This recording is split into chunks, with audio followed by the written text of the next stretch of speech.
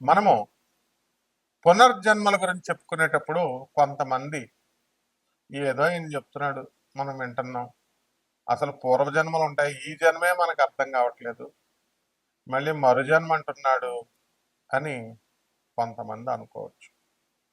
కానీ ఒక్క విషయం మాత్రం సత్యం. ఏమిటది అంటే, ప్రతి మనిషి, ఇంకా ఎక్కువ మాట్లాడితే ప్రతి జీవి, దోమ కాని, చీమ కాని, ఈగ కాని, ఇవన్నీ కూడా ఎవరో కాదు, మనమే అన్నమాట. వీటిలన్నిటికీ కూడా ఏదో ఒక రోజున కంపల్సరీ మోక్షం రావడం తథ్యం. ఇది నేను చెప్పిన మాట కాదు నాయన, జగద్గురు అయినటువంటి ఆదిశంకరాచార్యుల వారు చెప్పినటువంటి విషయం ఇది. పునరపి జననం పునరపి మరణం పునరపి జఠరే జననీ శయనం. మళ్ళీ మళ్ళీ పుడతామ్మా, మళ్ళీ మళ్ళీ చచ్చిపోతాం, మళ్ళీ జన్మ తల్లి గర్భంలో మళ్ళీ వస్తాం. ఈ జన్మ పరంపరని ఆపుకోండి అని జగద్గురు ఆదిశంకరాచార్యులు వారు చెప్తారు. మాకు డబ్బులు కావాలి కానీ ఈ జన్మల గోల ఏంటండి అనుకోవచ్చు. నాకు 4 బిల్డింగ్లు కావాలా, 4 కార్లు కావాలా, 4 పెళ్ళాలు కావాలా, ఈ రకంగా అనుకుంటారు. ఇదంతా కూడా తృణప్రాయం. ఈ జన్మకే ఇది సమాప్తం అనేటటువంటి విషయం మనం అర్థం చేసుకోలేం. ఇప్పుడు మనం ఒక సినిమా యాక్టర్ కావాలని ఒక వ్యక్తి ట్రై చేస్తాడు. ఒక 20 సార్లు ట్రై చేస్తాడు. తిరిగిన ఆఫీసు తిరగకుండా, ఎక్కిన గడప అలా ఎక్కకుండా, దిగకుండా అట్లా తిరుగుతానే ఉంటాడు. ఆయన మెగాస్టార్ చిరంజీవి అయినా, డాక్టర్ నందమూరి తారక రామారావు అయినా, అక్కినేని నాగేశ్వరరావు గారైనా, వీళ్ళంతా పాపం కష్టపడ్డారు, కానీ సాధించేశారు. అది ఎన్ని జన్మల కష్టమో పాపం ఎవరికి తెలియదు. పోనీ ఈ జన్మలోనే అనేకమైన సార్లు కష్టపడి లాస్ట్కి సాధించారా లేదా? అలాగే ప్రతి మనిషి, ముఖేష్ అంబానీ, నేను పెద్ద ఇండస్ట్రియలిస్ట్ అవ్వాలి అనుకున్నాడు. ఎన్నో జన్మల కోరిక ఈ జన్మలో తీరిపోయింది. అలా ప్రతి మనిషి యొక్క, ప్రతి జీవి యొక్క కోరిక అనేటటువంటిది ఈ జన్మలో తీరుతుంది. ఈరోజు అనుకుంటాం, అవ్వకపోతే రేపు చేద్దాం అనుకుంటాం, రేపు ప్రయత్నిస్తాం, అవ్వకపోతే ఎల్లుండి ప్రయత్నిస్తాం. ఇలా మొత్తం మీద మాత్రం విజయం తథ్యం అని జగద్గురువైనటువంటి శ్రీకృష్ణ పరమాత్మల వారు చెప్పారు. అందువలన ప్రతి జీవి కూడా మోక్షం కోసం అల్టిమేట్ గోల్ ఏమిట్రా ప్రతి ఒక్కడికి అంటే, ఒక సినిమాలో ఆయనకి సినిమా మెగాస్టార్ అవ్వాలి అని ఉంటుంది. ఒక ఇండస్ట్రియలిస్ట్కి చిన్నగా ఫ్యాక్టరీ పెట్టుకొని అంబానీలాగా అవ్వాలనుకుంటాడు. ఇలా రకరకాల కోరికలు మొత్తం మీద అయిపోతారు. ఏదో థాట్స్ ఆర్ థింగ్స్, డేల్ కార్నిక్ చెప్తాడు, ఫిలాసఫర్, ద గ్రేట్ ఫిలాసఫర్. నువ్వు అనుకున్నది జరిగిపోతుంది, మేనిఫెస్టేషన్ అయిపోతాం. ఇప్పుడు మనము ఏదో ఒక రోజున మనం అనుకొని దానికి సంబంధించిన కృషి కూడా చేయాలి. కృషి చేసినప్పుడు తప్పకుండా మనం ఏదో ఒక రోజున విజయం సాధిస్తాం, ఏదో ఒక జన్మలో విజయం సాధిస్తాం. దానికి ఉదాహరణ నేను చెప్తాను. అర్జునుల వారు ఇంద్రకీలాద్రి పర్వతం మీద కూర్చొని తెగ తపస్సు చేస్తాడు. పాశుపతాస్త్రం వచ్చేసింది, శివుడు పరీక్షించి ఇచ్చాడు, ఊరిని ఏమి ఇచ్చేయలేదు.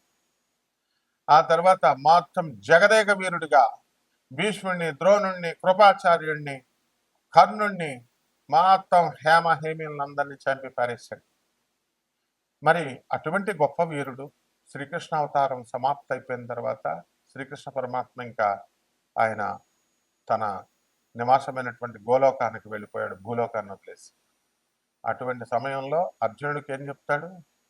నాయనా అర్జున, నువ్వు ఈ 16,000 మంది గోపికల్ని, అలాగే ఈ సుభద్ర, వీళ్ళందరూ పాండవుల్లో ముఖ్యంగా ఉత్తర, అభిమన్యుడి భార్య అయినటువంటి ఉత్తరని, ఈ గోపికల్ని, వీళ్ళందరినీ జాగ్రత్తగా క్షేమంగా, వీళ్ళని క్షేమమైనటువంటి స్థానానికి తీసుకెళ్ళు అని చెప్తాడు. అర్జునుడు పాపం ద్వారకలో ఉన్న వాళ్ళందరినీ తరలిస్తాడు. కానీ ఈ లోపల ఎక్కడి నుంచి వస్తారో బోయేవాళ్ళు వచ్చేసి అర్జునుడితో యుద్ధం చేస్తే, అర్జునుడు అస్త్రాలన్నీ సంధిద్దాం అనుకుంటే ఏం పనిచేయవు. ఇదేమిటి, మామూలు ఒక బోయేవాడి చేతిలో అర్జునుడు ఓడిపోతాడు. వాళ్ళందరినీ తీసుకెళ్ళిపోతారు. అదంతా వేరే స్టోరీ.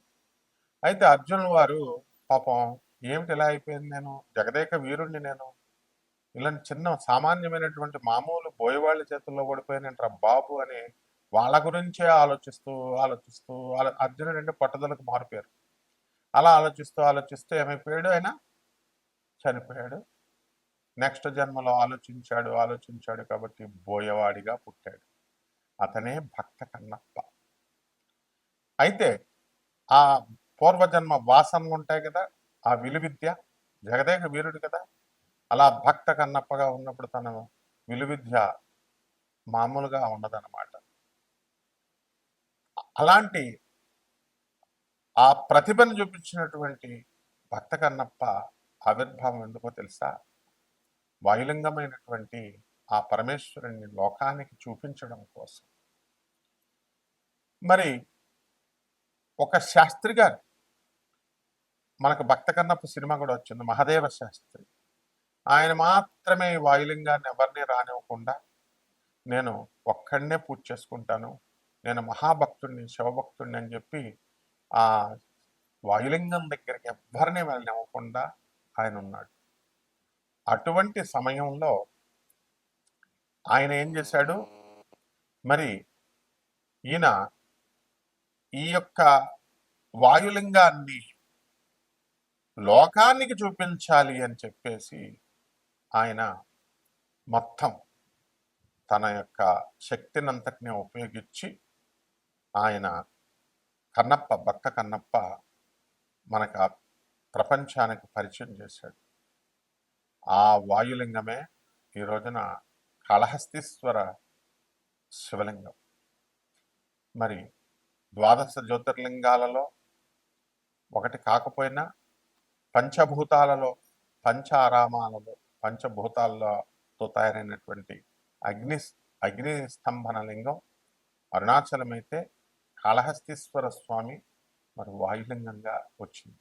అంటే డిఫరెన్స్ చూడండి. ఆ మహాదేవ శాస్త్రి అనేటటువంటి భక్తుడు ఆయన తనొక్కడ మాత్రమే శివుణ్ణి పూజ చేసుకోవాలని, ఆ వాయులింగాన్ని ఇతరులకి చూపించకూడదని గోప్యంగా ఉంచితే, పరమేశ్వరుని నలుగురికి చూపించాలని ఆయన అర్జునుల వారైనటువంటి భక్త కన్నప్ప తన ఎంతో కృషితో ఆ వాయులింగాన్ని ప్రపంచానికి పరిచయం చేస్తాడు. అందువల్లనే మనం ఈ రోజున కాళహస్తి ఈశ్వర స్వామిని మనం కొలవగలుగుతున్నాం, కాళహస్తి వెళ్ళగలుగుతున్నాం.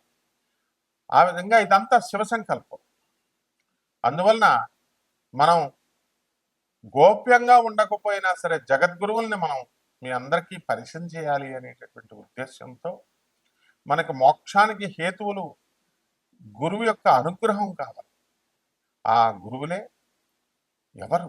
జగద్గురు అయినటువంటి ఆదిశంకరాచార్యులు వారు, రామానుజాచార్యులు వారు, మధ్వాచార్యులు వారు, ప్రభాత్ రంజన్ సర్కార్ ఆనందమూర్తి, లహరి మహాశయుడు, మహావతార్ బాబాజీ, తర్వాత మన రమణ మహర్షుల వారు, పరమహంస యోగానందుల వారు, ఇలా చెప్పుకుంటూ పోతే స్వామి వివేకానందుల వారు, రామకృష్ణ పరమహంస, ఇట్లా మరి ఆ జగద్గురువులను మనం చూపిస్తుంటే, మాకెందుకండి జగద్గురువులందరూ కూడా, మాకు కావలసిన బిల్డింగ్లు, ఇళ్ళు, డబ్బులు అని ప్రపంచంలో ఎవరినన్నా చూడండి, డబ్బులు కావాలి సార్ అంటారు.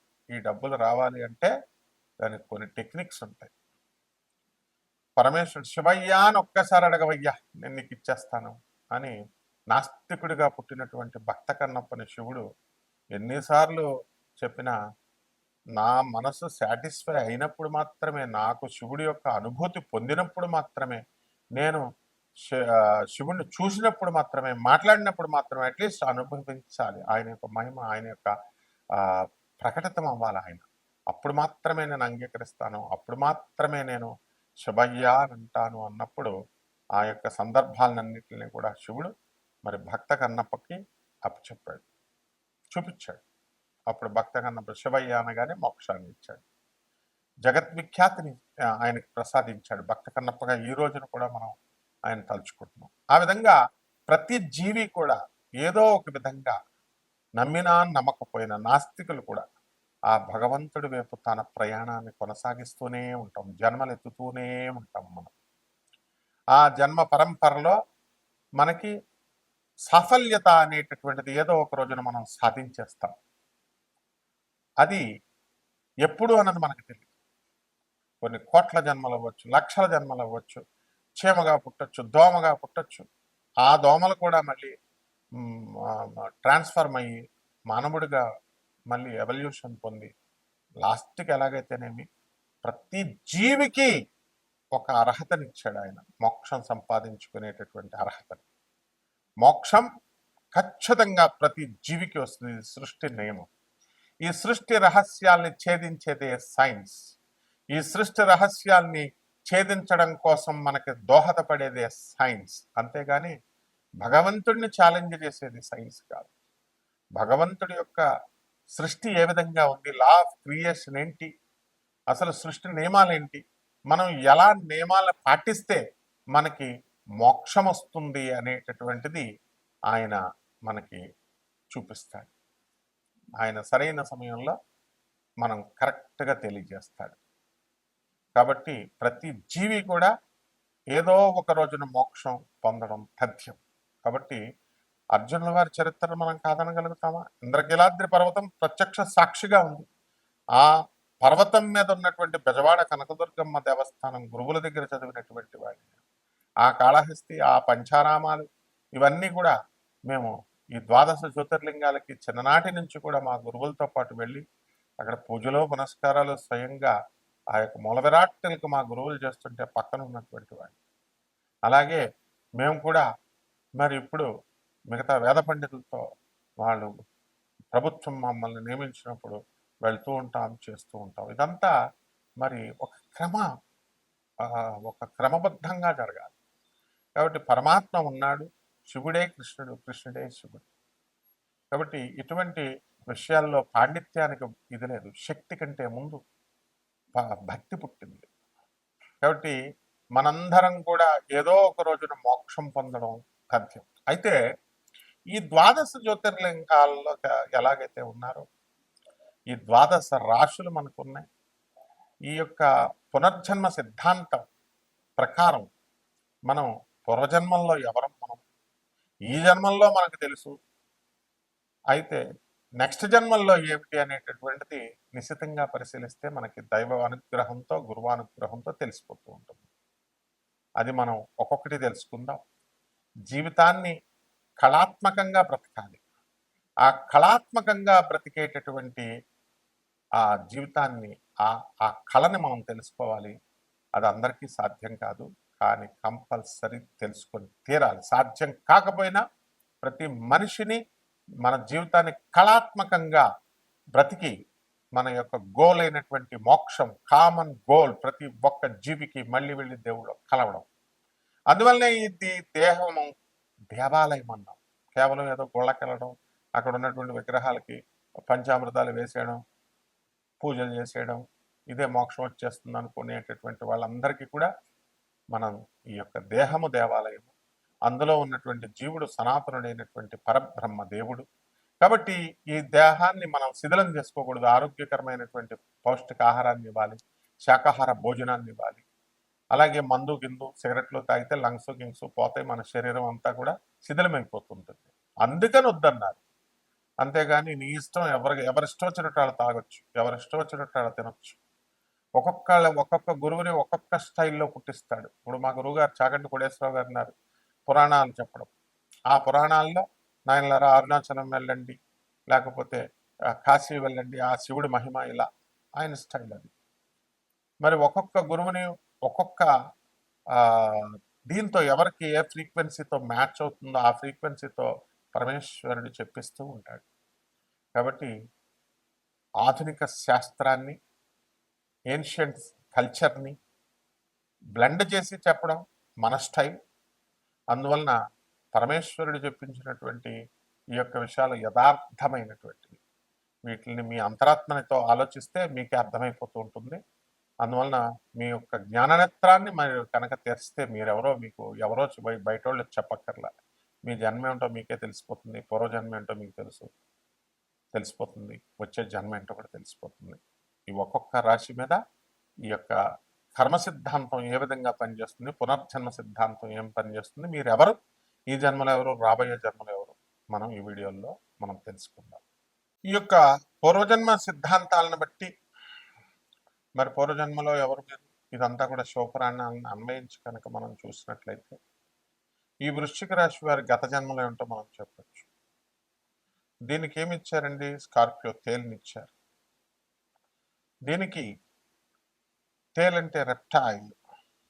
కాబట్టి ఈ యొక్క పరమేశ్వరుడు మరి ఆయన మెడలో ఉన్నటువంటి సర్పం, మీరంతా కూడా పూర్వజన్మలో అనంతాది నవకుల నాగదేవతల అంశతో పుట్టినటువంటి వాడు. సర్పస్వరూపంలో నాగలోకం వాస్తవ్యులు మీరంతా కూడా.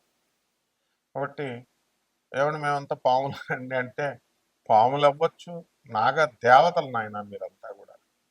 నాగలోకం నుంచి ఇప్పుడు అభిమన్యుడు ఉన్నాడు, చంద్రలోకం నుంచి వచ్చాడు, కాదనే వాళ్ళు ఉన్నారా? కర్ణుడు వీళ్ళంతా సూర్యలోకం నుంచి వచ్చారు. అలా మీరంతా నాగలోకం అంటే దేవుడికి బాగా అటాచ్మెంట్. కాబట్టి ఈ వృశ్చిక రాశి వాళ్ళంతా కూడా యోగులుగా, ఎంజాయ్మెంట్ ఉన్నప్పటికీ కూడా యోగులుగా భగవంతుడి మీద మీకు మనస్సు ఇమీడియట్ లగ్నం అవుతూ ఉంటుంది. కాబట్టి మోక్షానికి దగ్గరలో ఉన్నారు ఈ వృశ్చిక రాశి వారు. కాకపోతే ఇప్పుడు మనకి గోచారం మనం చూసుకోవాలి కదా. 2 సంవత్సరాలు ఇదంతా కూడా సంవత్సరన్నర అర్ధాష్టమ రాహు ఉన్నాడు, పంచమ శని ఉన్నాడు, దెబ్బేసేస్తున్నాడు, మీకు ముందుకెళ్ళనివ్వట్లేదు. గురుడు అష్టమంలో పడిపోయాడు, దైవభక్తి సన్నగిలుతుంది. పూజలు చేద్దామని కూర్చునే టైంకి ఫ్రెండ్స్ ఫోన్లు వస్తాయి, వాట్సాప్లు వస్తాయి, లేకపోతే ఉద్యోగాలు చేస్తున్నటువంటి వాళ్ళు బాస్ పిలుస్తాడు, ఎలాగో అలా వెళ్ళాలి, ఆఫీసు, ఫుడ్, ఈ ప్రాబ్లమ్స్తో మీరంతా కూడా కంగారు పడి సాధనకి వెనకబడిపోయారు. అప్పులు బాగా వస్తాయి, మీకు తెగిస్తారు అప్పులు. ఇళ్ళు కట్టే వాళ్ళందరికీ కూడా మీరు కోరుకోకుండానే అప్పులు వచ్చి ఇచ్చేస్తారు.